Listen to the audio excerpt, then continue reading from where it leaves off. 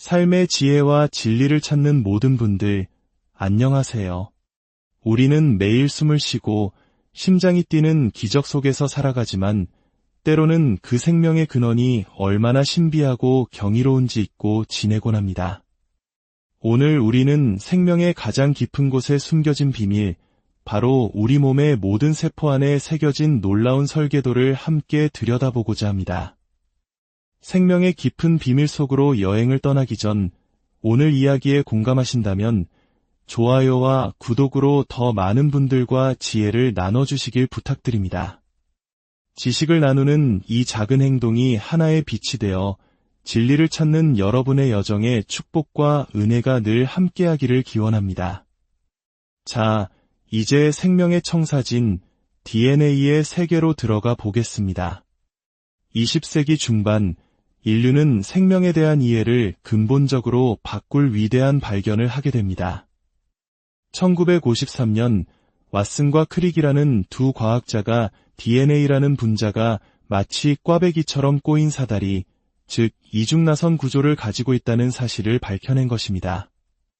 그런데 정말 놀라운 발견은 그 이후에 이어졌습니다.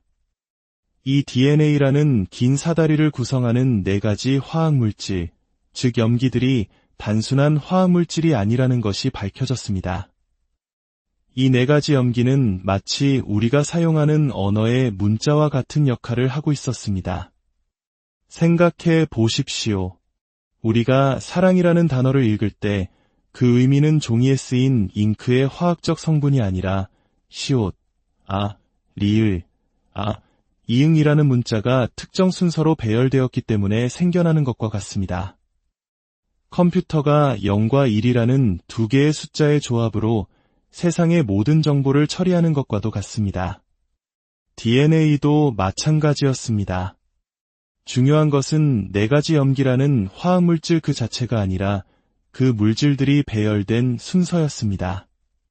그 순서 안에 바로 생명을 유지하고 새로운 생명을 만들어내는 모든 정보가 담겨 있었던 것입니다. 우리는 이것을 유전 암호라고 부릅니다. 이 암호는 단순한 정보의 저장이 아닙니다. 이것은 살아 움직이는 설계도입니다. 예를 들어 최첨단 항공기나 반도체 공장을 상상해 보십시오. 엔지니어가 컴퓨터에 정밀한 설계 코드를 입력하면 그 정보는 즉시 생산 라인으로 전송됩니다. 로봇팔은 그 코드를 정확히 읽어내어 수만 개의 부품을 한치의 오차도 없이 조립하여 복잡하고 거대한 기계를 만들어냅니다. 놀랍게도 우리 몸의 아주 작은 세포 하나하나에서 이와 똑같은 일이 매 순간 벌어지고 있습니다. DNA에 담긴 정보는 세포 내의 작은 공장으로 전달되고 그 설계도에 따라 생명활동에 필수적인 수만 가지 종류의 단백질이라는 기계들이 정교하게 만들어집니다. 이 단백질 기계들이 모여 우리의 눈, 심장, 뇌, 그리고 우리 자신을 만드는 것입니다. 여기서 우리는 인류 역사상 가장 근본적인 질문 중 하나에 부딪히게 됩니다. 이토록 정교하고 방대하며 명확한 목적을 가진 정보는 과연 어디에서 온 것일까요?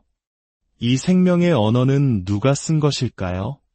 많은 사람들이 진화론, 즉 무작위적인 돌연변이와 자연선택이 이 질문에 대한 답이라고 말합니다. 오랜 세월에 걸쳐 우연한 변화들이 쌓이고 그중 환경에 유리한 것들만 살아남으면서 오늘날의 복잡한 생명체가 만들어졌다는 설명입니다.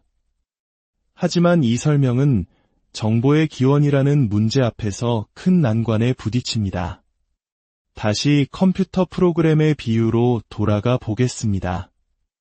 완벽하게 작동하는 수백만 줄의 코드로 이루어진 프로그램이 있다고 상상해 보십시오.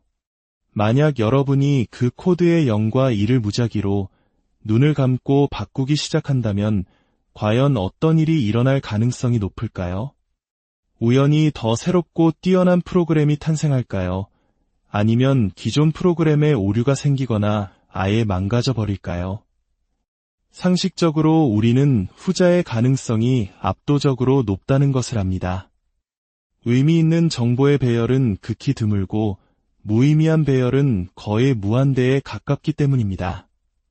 DNA의 정보도 마찬가지입니다. 아주 단순한 단백질 하나를 만드는데 필요한 기능적 염기 서열 하나에 대해 기능을 하지 못하는 무의미한 서열의 경우의 수는 그야말로 천문학적인 숫자에 달합니다. 우연한 돌연변이가 이 광활한 무의미의 바다 속에서 의미 있는 서열이라는 바늘 하나를 찾아낼 확률은 사실상 0에 가깝습니다. 자연 선택은 이미 존재하는 기능들 중에서 더 나은 것을 선택하고 보존하는 역할을 할 수는 있습니다. 하지만 아예 존재하지 않는 새로운 기능, 새로운 정보를 창조하는 능력은 없습니다. 많은 진화 생물학자들조차 이렇게 말합니다. 자연 선택은 가장 잘 적응한 자의 생존은 설명할 수 있지만 가장 잘 적응한 자의 등장 자체를 설명하지는 못한다. 그렇다면 목적 없는 물질적 과정이 이 정보의 기원을 설명하기 어렵다면 무엇이 설명할 수 있을까요? 우리는 우리가 경험을 통해 이미 알고 있는 사실에 눈을 돌려야 합니다. 이집트의 상형 문자를 보았을 때 우리는 그것이 바람과 침식 작용에 의해 우연히 만들어졌다고 생각하지 않습니다. 우리는 지성을 가진 누군가가 의미를 담아 새겼다고 즉시 결론 내립니다. 도서관에서 책을 한 권 집었을 때 우리는 잉크가 종이 위에 우연히 쏟아져서 그 글이 만들어졌다고 생각하지 않습니다. 저자의 지성과 의도를 당연하게 가정합니다. 정보, 특히 복잡하고 특정 목적을 가진 정보는 언제나 지적인 존재, 즉 마음에서 비롯됩니다. 이것은 우리가 매일 경험하는 보편적인 법칙입니다. 따라서 생명의 가장 근본적인 핵심에서 컴퓨터 코드보다 훨씬 더 정교하고 방대한 디지털 정보를 발견했을 때 그 기원 역시 지적인 존재일 것이라고 추론하는 것은 매우 과학적이고 논리적인 결론입니다. 이것이 바로 지적 설계론의 핵심입니다. 지적 설계론은 단순히 우리가 모르기 때문에 신이 했다고 말하는 무지혜의 호소가 아닙니다. 오히려 우리가 알고 있는 사실, 즉 정보의 유일한 기원이 지성이라는 경험적 사실에 근거한 최선의 설명으로의 추론인 것입니다. 어떤 과학자들은 컴퓨터 시뮬레이션을 통해 무작위적인 과정으로도 복잡한 정보가 만들어질 수 있다고 주장하려 합니다. 하지만 그 시뮬레이션들을 자세히 들여다보면 치명적인 문제가 있습니다. 프로그래머가 컴퓨터에게 목표가 되는 문장이나 형태를 미리 알려주고 프로그램이 그 목표에 가까워지는 결과들을 인위적으로 선택하도록 설계했다는 점입니다. 이것은 목적 없는 자연 과정을 흉내낸 것이 아니라 오히려 목표를 향해 과정을 이끄는 지성이 필요하다는 것을 역설적으로 증명하는 셈입니다.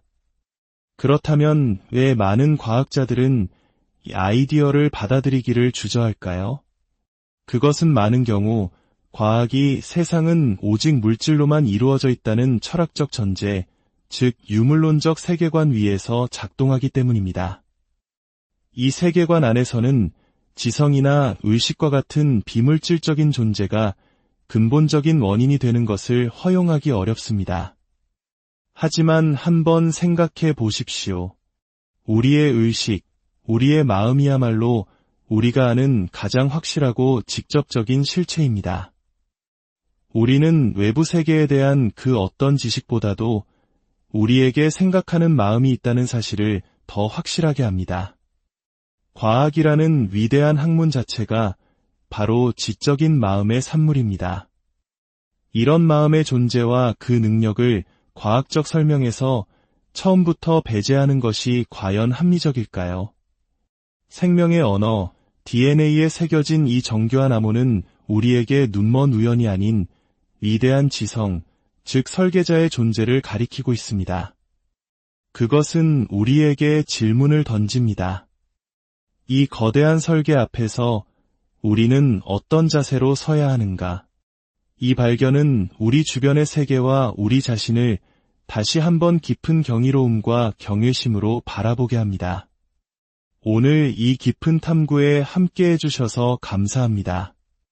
세상에 숨겨진 경이로움을 발견하는 은혜가 여러분의 모든 날에 가득하기를 바랍니다.